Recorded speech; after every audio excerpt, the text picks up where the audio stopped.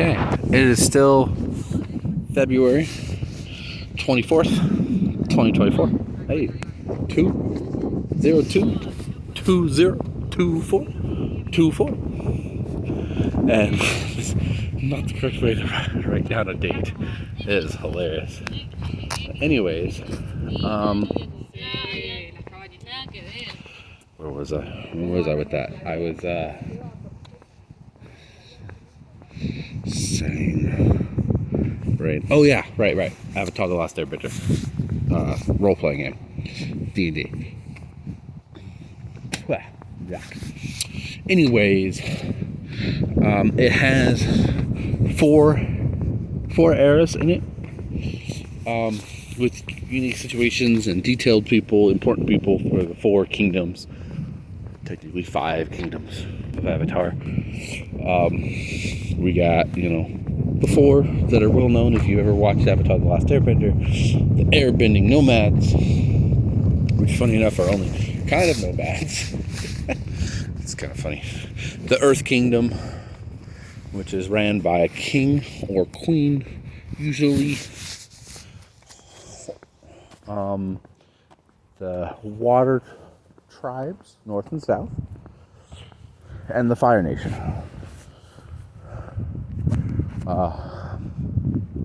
The 5th one is basically a ship kind of thing, raiders and pirates and stuff, called the 5th Fleet, or something like that. I think it was called the 5th Fleet. And it's mostly made up of people from the northern water tribe, I think. Nope, south. South is the desecrated one. Not desecrated, the in major trouble by the 100-Year War. Anyways, they only exist in the first era of the options that the game has, the Kyoshi era, Avatar Kyoshi, because she basically went all violent on them because they didn't they were negotiating and they did poorly because they were pirates, and she did not want to put up with that, apparently. Anyways, Avatar Kyoshi, the whole earthbending, the lots of raiders type clans and all that kind of stuff. Earth kingdoms full of corrupt individuals and corrupt groups vying for control. It's fun. Then you have Roku era, where he's already confronted Sozin about his conquest ideas, but not, while he's trying to make peace, stay friendly with his best friend, and at the same time make peace, keep the attack away. And then there's the 100 Years War, or Aang's era, and the last one was Korra's era. And that's not good. But what makes the campaign a little bit difficult even to do one shot is the characters aren't limited to abilities. So it kind of works. Character creation kind of works like this. You have a character. You have a fighting style. I think it was called fighting style, which is there's 6 of them. There's 6 available fighting styles. Bending 4 different types: air, earth, fire, water. Then there was weapons, and there was technology. Right? So weapons, sword fighter, bow, whatever you are. And then the technology is, bombs, inventors, that kind of stuff. They've been fighting. And then you don't have specific, I can do, a water whip, a blast of fire. You have kind of a generic kind of, I have an attack. Well, an attack coming from a waterbender might be a whip. Coming from a firebender, blast of fire, a rock getting hurled at somebody, a sword being slashed, boomerang being thrown, whatever it is, and that's interesting. And it's kind of like your fighting is interesting too, because it's kind of like not encounters, it's engagements. So it's like I go attack. Okay. So before, like, it's not necessarily done in rounds and stuff like traditional D&D. It's more like I decide what stance I'm using. No, not stance. What approach I'm using. And there's 3 of them. There's just 3. And the approaches are pretty much, they have different terms in this, but attack, defense, evasion. I think evasion is the correct one. But basically, you could do certain moves and certain things in each engagement. And an engagement is like this round. I kind of engage with this person. And it affects, and everybody gets to do their stuff, which is interesting because it's like, okay, so I went first, I engaged, and I got to make my decision first. Okay, what I did, I decided I'm attacking, right? And it triggers, and I knock them out, right? I succeed in knocking them out.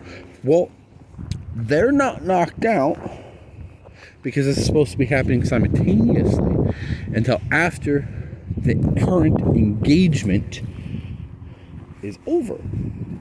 So they still get to resolve what they were doing. So it seems totally entirely possible that the 2 people engaging knock each other out. It's a hilarious idea. But it actually kind of fits. I like it. The real complicated part about why running a run shot would be difficult and having pre-generated characters is that the premise of the campaign is sitting around the table and discussing what your objective is, knowing what it is your character is trying to accomplish beforehand.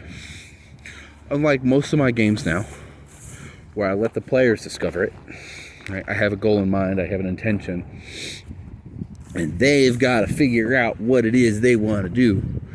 But here's plot points and all this other stuff. And they can go down plot A, plot B, plot C, or they could just abandon them all and find plot Z, which is usually a lot less planned out and a lot more made up than A, B, and C. But it's up to them. But in this case, it's like starting out, you already have an objective. You know what you're working for. You know what you're working against as a group. It's very interesting. To me, I feel like that makes creating a one-shot with predetermined characters a little more difficult. I'm still going to try and do it. And I have a plan that's going to change things a little bit in this. I'm going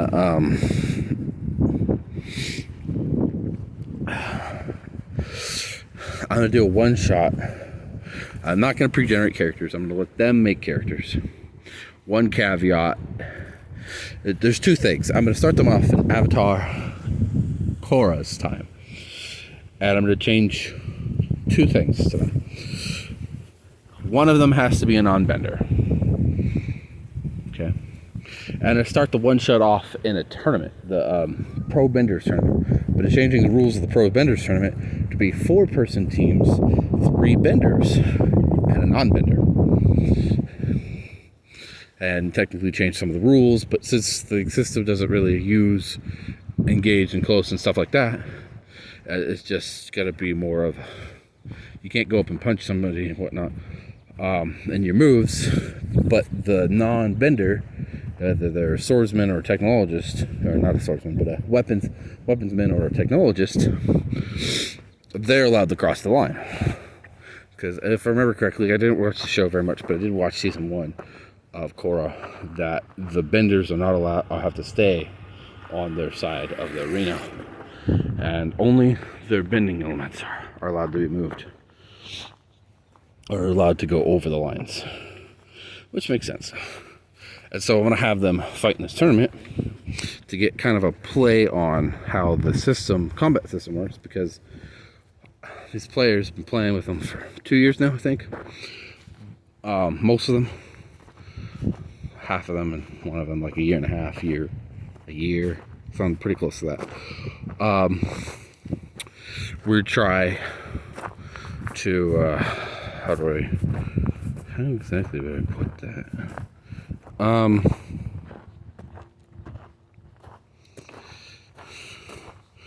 But they're familiar with what we play, and we play 5th edition and Pathfinder. I run Pathfinder. Others all run 5th edition games. No, hold on.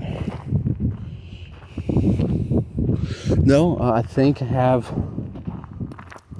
2 Pathfinder campaigns and 3 5th edition campaigns. And it used to be 2 5th edition campaigns and 3 Pathfinder games.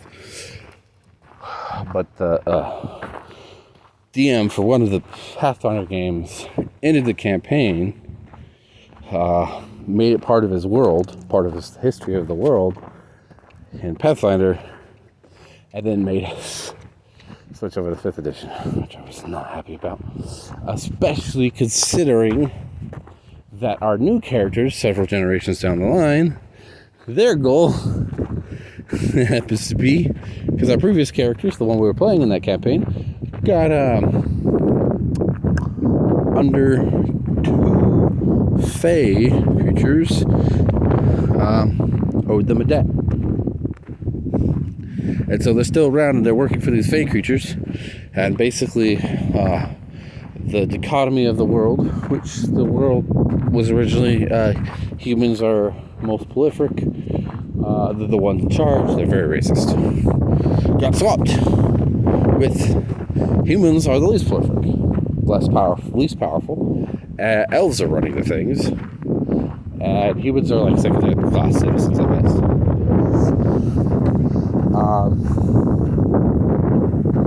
So that's kind of, we're supposed to be freeing those characters. I don't want to fight my previous character, especially not from a Pathfinder character to a 5th edition character. No thank you. But he said he would morph the characters to fit 5th edition rules, so we're not going to be immediately outclassed and outgunned now. So that'll be fun. And for some reason, I've realized I play monks a lot. I don't know how that happened. Well, I have of these 5 campaigns. I got an artificer, 5th edition. Pathfinder is not that great. Or they're more of a crafting class than something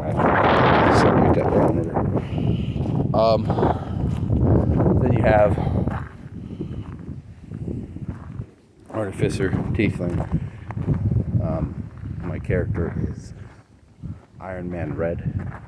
That's the color of their skin is a tiefling. And then campaigns. There's 5 campaigns. Yeah, 5 campaigns. And that's a campaign I haven't really been playing in a while because the DM is kind of real busy with real life work, so he hasn't had time to do prep. And then I'm playing a monk in the Pathfinder game that I'm not running. And then it turns out I'm playing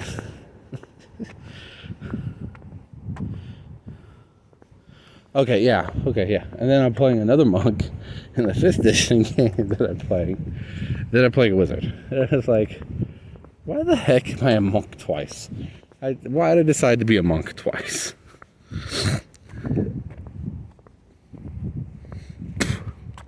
So far it's been interesting, but as a monk in 5th edition, I feel like it's missing out on some of the things that it has in other systems. Like my AC is average. It's like the average of the party. Granted, the party consists of a barbarian, a monk, myself, a barbarian, wild magic barbarian. A player really likes wild magic. Monk, wild magic barbarian, bard, and an artificer. And I think the bard has got the lowest AC but everybody else has a pretty much the same. They're like, what? A little crazy. Yeah, I skipped topics, but it has been a while, and we're all good. Hope you had fun listening. I have a video I also recorded while I was on a trip to Wyoming this week. Stopped by. It was like a minute, maybe 15 seconds. This is really short. Just a view of a frozen lake as I was looking over it on somewhat of a cliff looking location, but it was a hill. No like actual cliff, but it was tall enough off the water to be cliff like. So I'm gonna post that as well as these 2 recordings I made here, and that'll kind of be it for this week. Probably, quite possibly, it for February. I don't know. I'm still trying to figure out how much I'm going to do and how much I want this channel to grow, but I get the feeling my content is not exactly what people want to listen to, so that's why it hasn't grown. Of course, I don't have many social connections as well, so it's kind of hard to use my own connections to grow. I kind of already maxed out at 25 subscribers with my friends from Facebook and family that I talk to. Shortly after this, I might be able to upload this before I start my D&D game today. So I go ahead and say, we're going to have a recording today for my D&D campaign to keep up with it with Noel Sonarma, the name of the campaign. And that is at like an hour, half an hour probably at this point. Live stream, YouTube. Videos available afterwards. Just look for the Noel Sonarma.